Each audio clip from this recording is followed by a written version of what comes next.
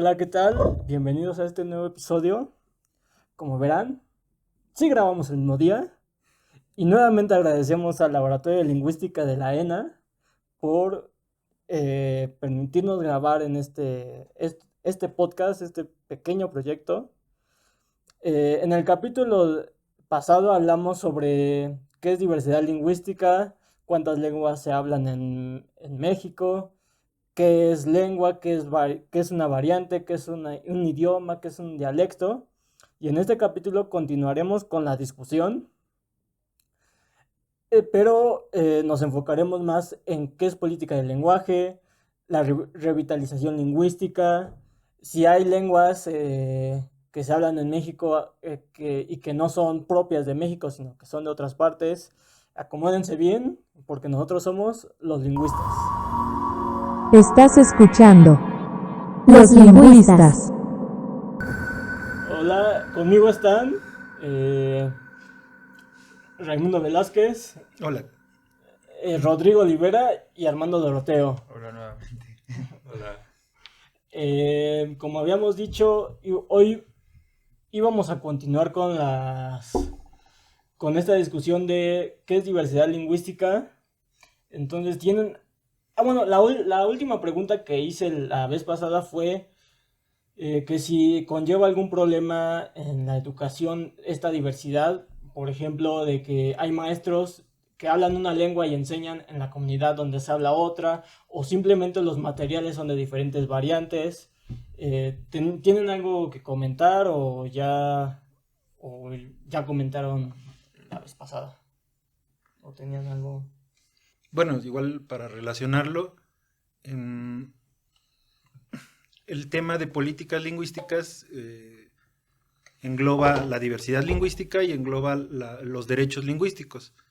Entre los derechos está el que cada comunidad de habla y cada hablante tiene el derecho de hablar su lengua originaria y escribir, ¿no? Entonces ahí conlleva el tema de la educación en las comunidades. Pero hay que hablar primero de cómo puede escribir una persona de cierta comunidad si no hay un alfabeto dentro de su lengua, ¿no? Entonces, creo que sería a partir de ese inconveniente, tal vez, de desarrollar un material, un alfabeto que pueda ser utilizado y que sea práctico para el uso de sus usuarios o sus hablantes, ¿no? Por ejemplo, hoy en día que tenemos la facilidad de escribir en aparatos electrónicos y no solo de manera física, ¿no? Entonces, como las lenguas indígenas, quiero hablar, ¿no? No tienen precisamente los mismos, primero los mismos fonemas que... O sea, sonidos. Sí, que los mismos sonidos. Ajá. Dentro de un sistema como lo es el español, ¿no? No tienen ni la misma, ni el mismo número, ni los mismos sonidos. Entonces, sería primero entrar en eso, en establecer un alfabeto que le sea práctico para utilizarse tanto de manera física como de manera electrónica, ¿no? Sí, yo compartiría la misma preocupación. A veces no es tan directo, a veces ya existen antecedentes históricos, como el náhuatl, que con una ortografía inspirada en la del español. Creo que cualquier persona que sepa la ortografía del español puede leer nombres de palabras náhuatl, aunque a veces pronunciamos muy mal la TL, pero eh, también hay decisiones políticas, porque fue como en un momento era prácticamente la ortografía del español en el náhuatl. Pero hoy en día muchas variantes han decidido tener ortografías no tan parecidas a las del español.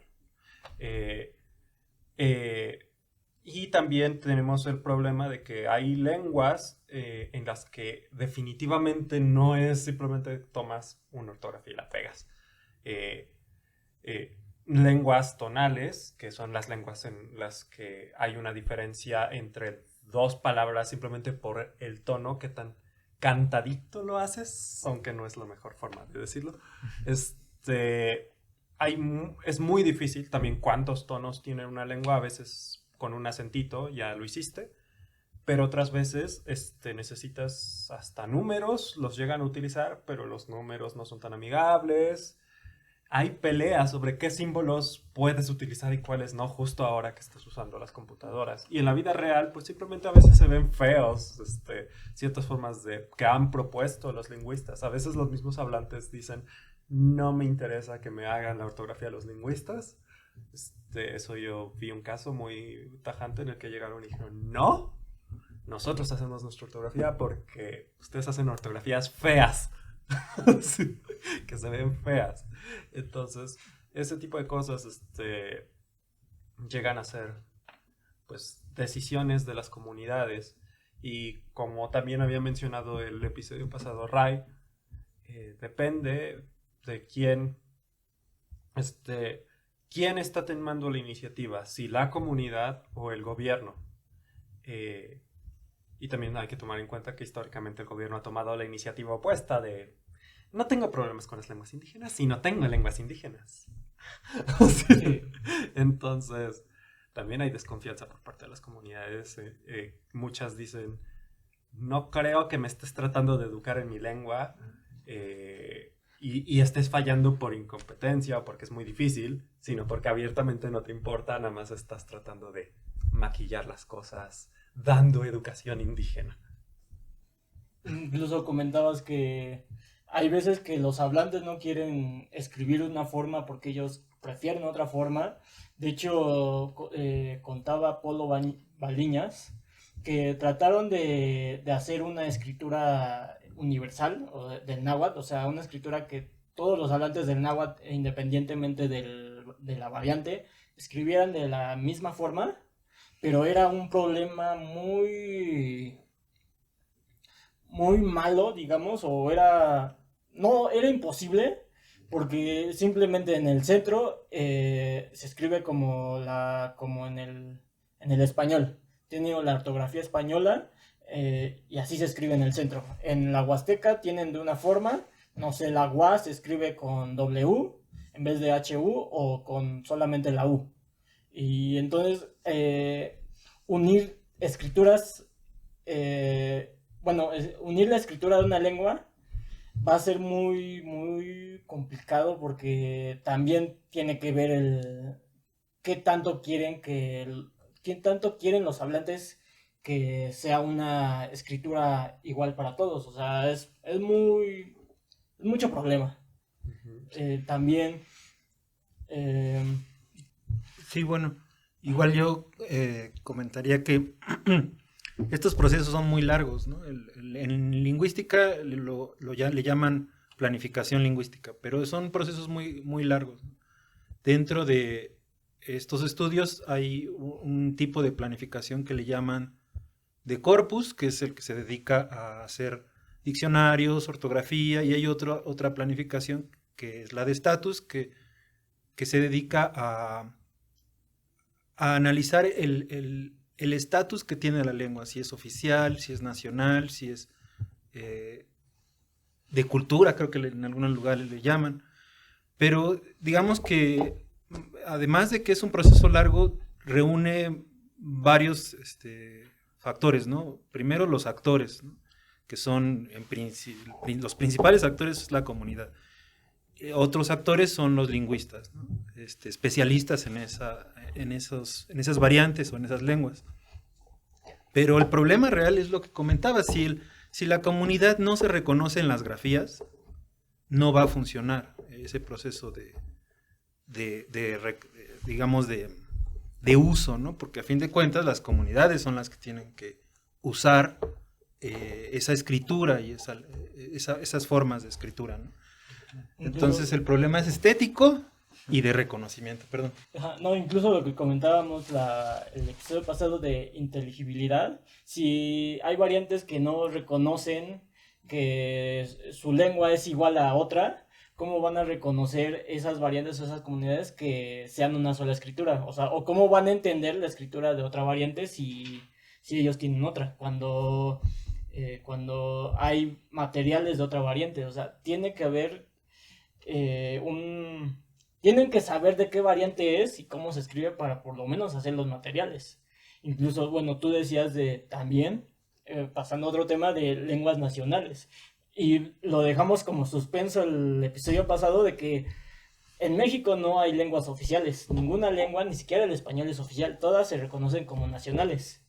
Y incluso hablábamos de la lengua de señas. ¿Ustedes qué piensan o qué opinan de estos criterios de llamar a una lengua nacional? Bueno, llamar a una lengua nacional y no oficial. ¿Qué tanta diferencia hay entre si llamamos oficial o nacional a una lengua?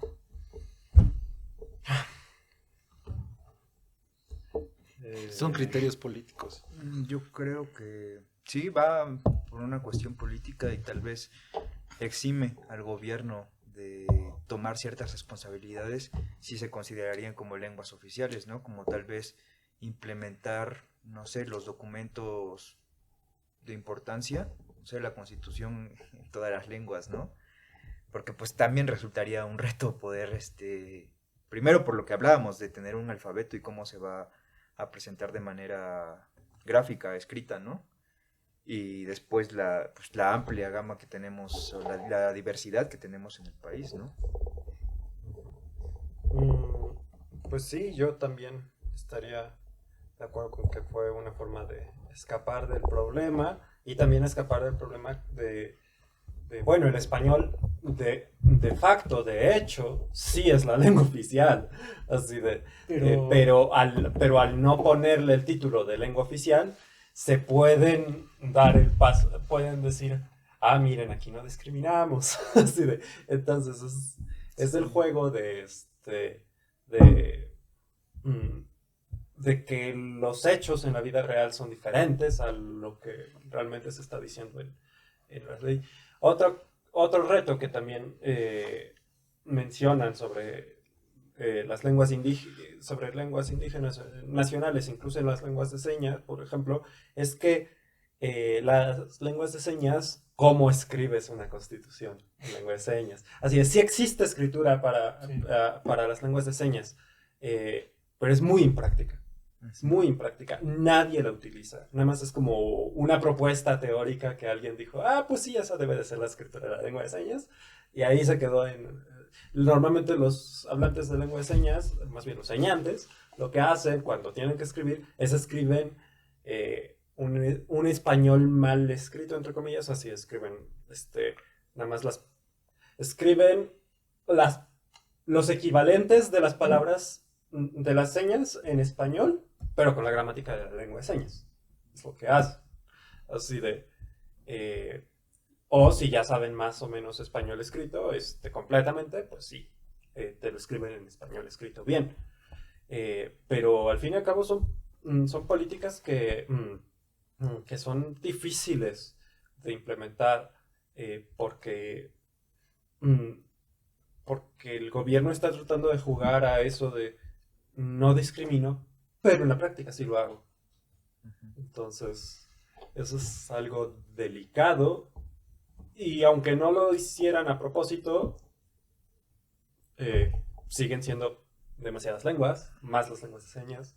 ¿Qué hacemos con ello? Incluso también podemos sumar las lenguas no nacionales, las que se hablan como el chipilo o no sé qué otra lengua que no es originaria de aquí, pero hay lenguas, el alemán bajo con los menonitas en Sinaloa, me parece, ya son lenguas que posiblemente tengan sus variantes mexicanas y que no sé, con el alemán bajo no se entienda ese alemán bajo con el que se habla en Alemania, o incluso ya tienen sus propias variantes. ¿Qué opinan sobre eso? O sea, ¿las podemos considerar nacionales? ¿Las podemos considerar ya originarias de México? ¿O no? Pues yo diría que sí, nacionales, pero tal vez como originarias, ¿no? Porque no tendrían su origen en México, ¿no? Sino que, pues debido a procesos migratorios, terminaron en este territorio, ¿no? Entonces yo las llamaría más como lenguas nacionales, que comparten pues ese mismo grado o ese mismo estatus que las demás lenguas la lengua de señas, las lenguas indígenas, el español, pero no como lenguas originarias. Bueno, los derechos lingüísticos, me imagino en ese contexto cuando surgieron la Ley General de Derechos Lingüísticos, antes de que existiera, cuál era el estatus de las lenguas indígenas, y cuál era, seguramente el estatus del español era la lengua oficial, yo supongo, ¿no? Cuando plantean la necesidad de los derechos lingüísticos y dicen que todas las lenguas que se hablan en México son nacionales, pues yo creo que incluiría las lenguas no indígenas, ¿no? Sea la que sea, pero aquí, digamos, es como un problema teórico, donde, digamos, los derechos, como parte de un tema de leyes, pues sí hay un escenario ideal. Lo ideal sería, por ejemplo, en el terreno de la educación, que en el náhuatl, por ejemplo, lo ideal sería que todas las variantes se pudieran entender en una misma norma, pero lo real, como decía Rodrigo, pues supera lo ideal, ¿no? Que lo ideal es lo que plantearían los derechos, ¿no? Que todas tienen el mismo derecho, pero la realidad supera pues la ficción de los derechos lingüísticos. No por eso dejan de ser importantes los derechos lingüísticos. Es importante porque cambia la política de cómo tratar a las comunidades. Y aunque sean problemas polémicos, ¿no? Que una variante, una comunidad no se reconozca en las grafías que otra comunidad ya está usando, pero de todos modos todos tendrían el mismo derecho a tener su norma o su forma de escribir. Sí, yo estoy de acuerdo con que deberían de ser consideradas lenguas nacionales, pero también el texto constitucional es claro que no son consideradas nacionales. ¿Por qué? Porque aquí dice lenguas indígenas, lenguas de señas y español. Ahora el problema es, ok, lenguas de migrantes no son nacionales, pero ¿qué pasa con lenguas como el Kikapú? Que es una lengua indígena, porque es del continente americano, antes de los españoles, que también la Constitución dice que tiene que ser de antes de los españoles, pero son migrantes que llegaron en el Porfiriato. Entonces, y de hecho hoy en día tienen ciudadanía tanto mexicana como estadounidense, pueden cruzar la frontera cuando quieran. Entonces, ahí nos quedamos con cara de... Entonces los migrantes, los indígenas tienen un privilegio por ser, para ser considerados nacionales, o cómo estamos manejando la cosa. Es decir, es un reto muy grande, pero es algo que simplemente es una ambigüedad de la Constitución y que nos deja claro que es diferente lo que debería ser contra lo que es. Yo me acuerdo que la Constitución menciona que todas las lenguas habladas en México no menciona las indígenas, o no especifica que todas las lenguas habladas en México se van a considerar nacionales, o van a tener el referente nacional, no tanto oficial. Entonces, ¿a qué nos referimos con nacional? También nos podemos referir a lenguas nacionales, el español, o solamente las lenguas indígenas. Como yo mencionaba, las lenguas que no son originarias, como el alemán bajo, el chipilo, también son consideradas nacionales, o ¿qué podemos considerar nacional? Y como decía la pregunta, ¿qué podemos considerar indígena? También. Si las lenguas nacionales son indígenas o qué, o sea, hay ambigüedad en lo que decías. Hay ambigüedad, no tanto en lo que decías, sino como decías. Yo creo que hay ambigüedad en los términos, ¿no? Sobre considerar qué es nacional y también el otro concepto de indígena. En el caso de nacional, yo creería que sí deberían de considerarse nacionales tanto el chipilo como el alemán bajo que se habla en las comunidades menonitas, porque no son comunidades que llegaron recientemente al territorio nacional, sino que ya tienen una tradición y una historia dentro del país y se debería de incluir, ¿no? Igual no estaría mal tener materiales y, bueno, no sé, desconozco si ya existan materiales materiales educativos en estas lenguas, ¿no? Y respecto al término de indígena, me resulta muy interesante, pero como les mencionaba, me resulta muy ambiguo. Pero yo, pues, antes de estudiar lingüística, consideraba a una persona indígena a una persona que hablaba una lengua que no fuera el español, ¿no? Dentro del territorio mexicano, ya fuera zapoteco, fuera mixteco, náhuatl, cualquiera de las lenguas que se hablan y comparten este estatus de lengua nacional dentro del territorio. Y pero me pongo a pensar, y también les hago esta pregunta: las personas que son de determinadas comunidades, e históricamente esas comunidades hablaron una lengua indígena, pero en la actualidad la perdieron por, no sé, determinada situación, ¿ya se deberían de dejar de llamar personas indígenas? ¿Perderían su categoría? Yo estoy un poco en contra de esta noción de Bueno, llamar a las personas indígenas, ¿no? Como es clasificar de... Tú no hablas, no sé, una lengua indígena y ya no eres indígena, ¿no? No sé, pero supondría que hay comunidades donde se hablaban una lengua indígena, Sí, que donde, históricamente. donde ya no se habla, ya son ahora sí que hablantes nativos del español y creo que se pueden, o algunos dicen que son indígenas, porque no tanto porque lo hablan, sino porque vienen de la comunidad. Ujú, Entonces exactamente. ahí, creo Sí. que hay un problema ahí, ¿no? Es un problema, Sí. es una categoría muy ambigua Ujú. el término indígena. Sí, no, de hecho sí, eso está regulado por tratados internacionales, por regulaciones internacionales, que prácticamente lo que dicen es, no puedes tener ese criterio de la lengua porque justo un Ujú. país se puede deshacer el problema de sus indígenas deshaciéndose de las lenguas indígenas. Así de, problema resuelto, yo ya no tengo indígenas y entonces ya no tengo por qué cuidar de mis indígenas y ya no hay porque todos hablan español. Así de entonces... por tratados internacionales lo que se considera es prácticamente autoadscripción y también usos y costumbres es como lo que más como más te ayuda a reconocer antropológicamente, así de que esta comunidad pues sigue teniendo la fiesta del pueblo, sigue teniendo autoridades tradicionales, entonces los consideramos indígenas, pero si pones criterios explícitos de esto se considera indígena, lo que va a pasar es que para deshacerse de problemas se va a ir las autoridades en contra de ese criterio. También, justo de los criterios, la ley internacional lo que define es solo autoadscripción. Si una persona dice soy indígena, es indígena. Esto puede sonar a mala idea, pero es la menos mala de las ideas.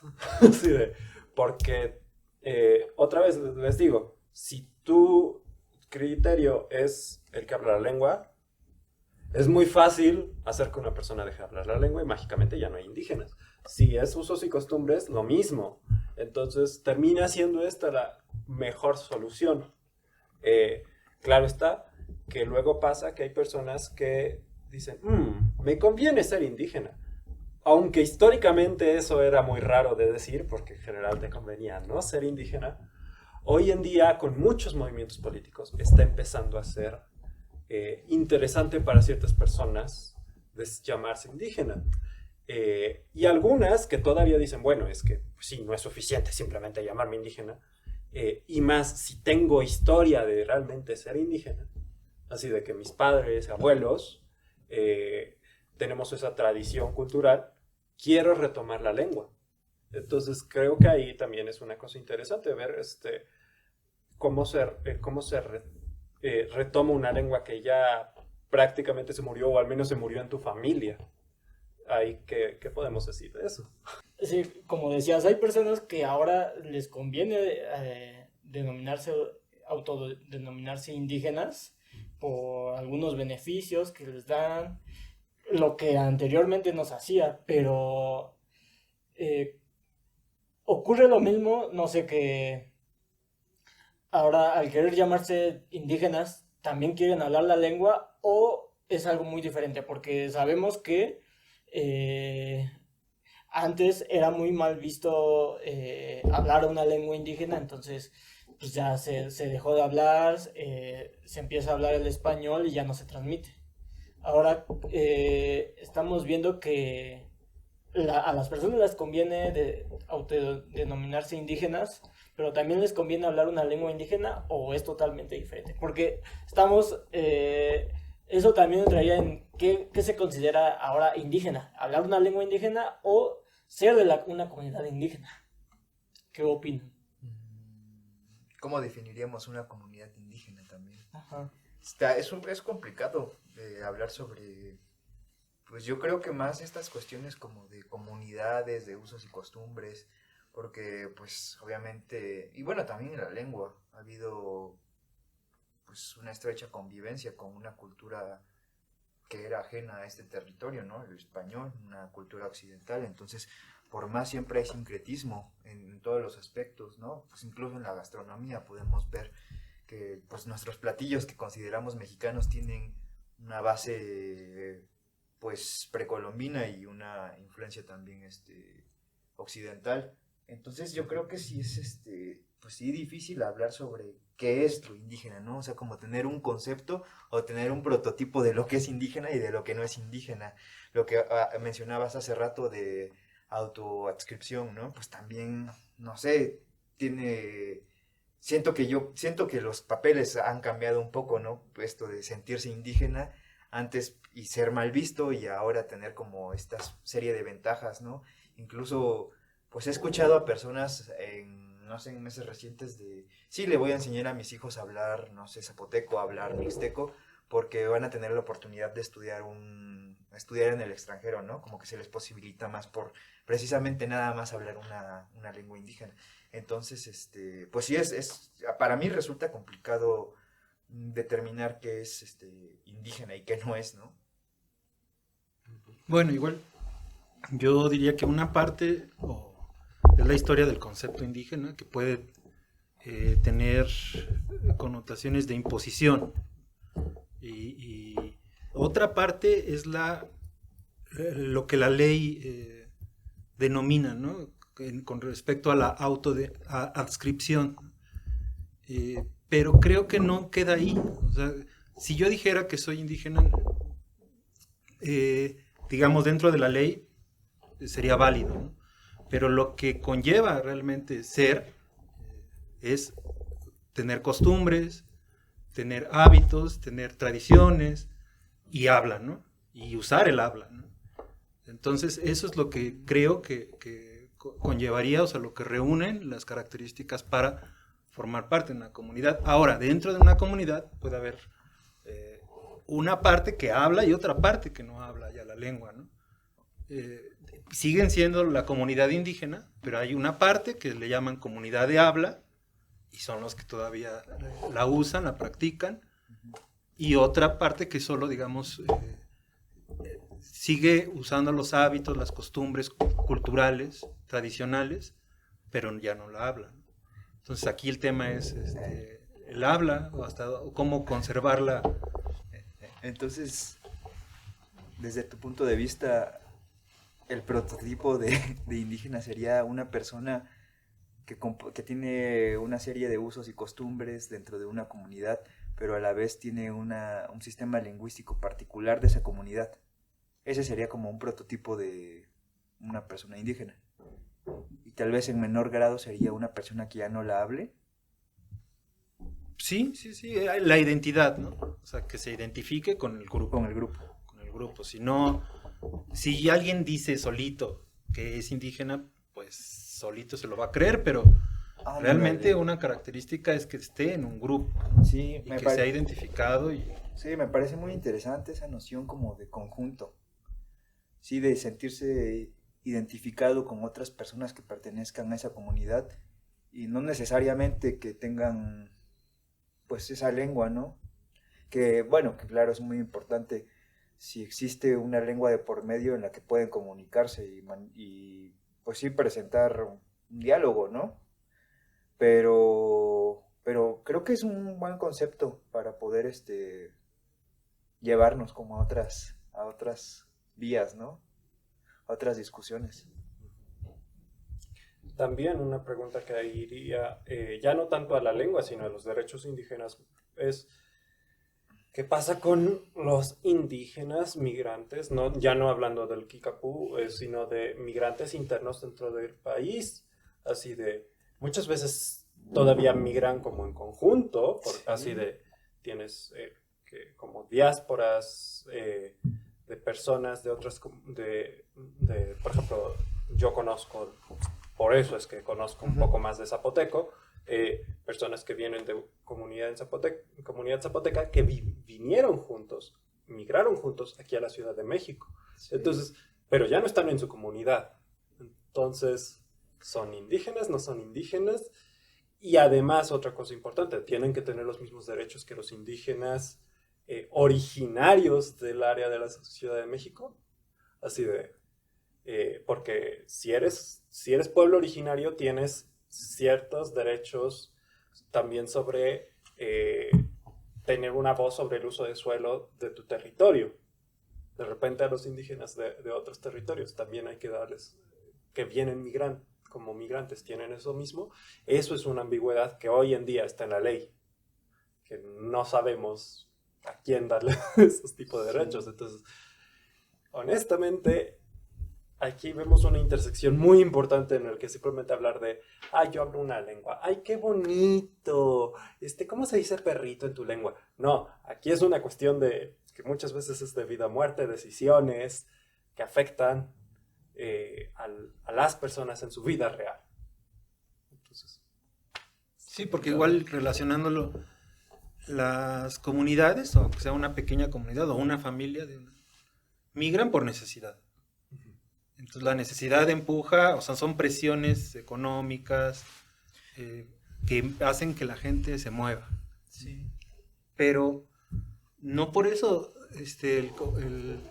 el concepto de comunidad lo dejan allá. No.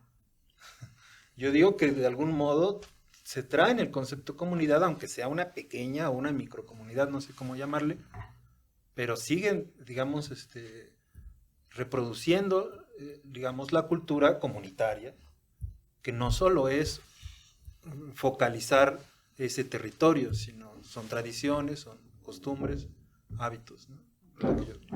Incluso decías que hay migraciones y se traen su cultura, su comunidad. Yo sé, bueno, no sé muy bien, pero sé muy claro que la ciudad de Nezahualcóyotl se fundó por hablantes del otomí. Migraron a esa parte, entonces supongo que llevaron algunas culturas, bueno, algunas tradiciones, costumbres, y en un principio se habló otomí, pero yo creo que vieron como que tenían más oportunidades al hablar español y ya no se transmitía tanto la lengua del otomí y se fue perdiendo y así. Ahora Ciudad de Nezahualcóyotl ya pocos saben que se hablaba otomí. Y bueno, de hecho creo que no sé si tengan algo más que comentar para ya cerrar el capítulo. Nos faltaría hablar de revitalización en un tercer capítulo sobre diversidad lingüística, o ya sería política del lenguaje propiamente. Y también en un futuro, nos faltaría hablar si en un futuro habría una sola variante del español o habría una sola lengua por las redes sociales, que ya está todo unificado, pero eso sería en un tercer capítulo de diversidad lingüística. Sobre esto que estábamos comentando, ¿tienen algo último que comentar? Pues sí, pero creo que se va a extender mucho. Bueno, me interesó lo que hablaba sobre las migraciones, y creo que también hay que hablar que no todas las migraciones son iguales, ¿no? Porque pueden ser migraciones que sean por un cierto tiempo. Por ejemplo, las personas que se van de comunidades de zapotecas que se van al norte del país a la siembra de tomate, ¿no? O, por ejemplo, a piscar ¿cómo se llaman estas cosas? Zarzamoras a otras partes del país. Incluso creo que han existido casos que se van al norte del país como de manera legal, y regresan.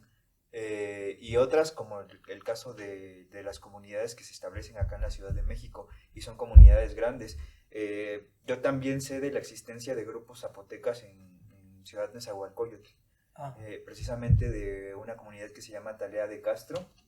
Incluso las personas que viven en Ciudad Nezahualcóyotl replican la misma fiesta patronal que se celebra allá en Talea, en la misma fecha.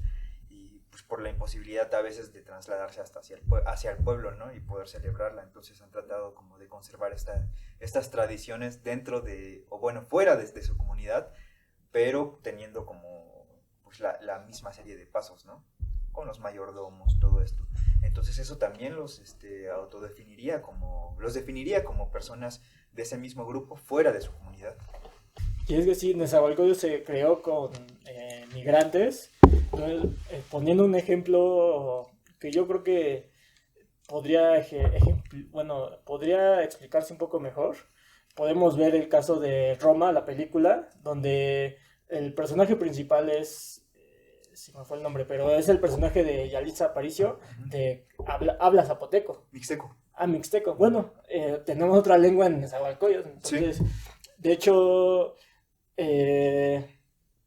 esa película surge en la colonia Roma y un poco de Nezahualcóyotl y todas esas. Entonces, sí, en Nezahualcóyotl y alrededores hay hablantes o hubo hablantes de diferentes lenguas por las migraciones. Sí, claro. ¿Algo más que comentar? Pues no, quedan muchos temas. El tema de políticas es muy grande. Pues aquí acabamos el segundo capítulo de diversidad lingüística, cuarto de todo el podcast.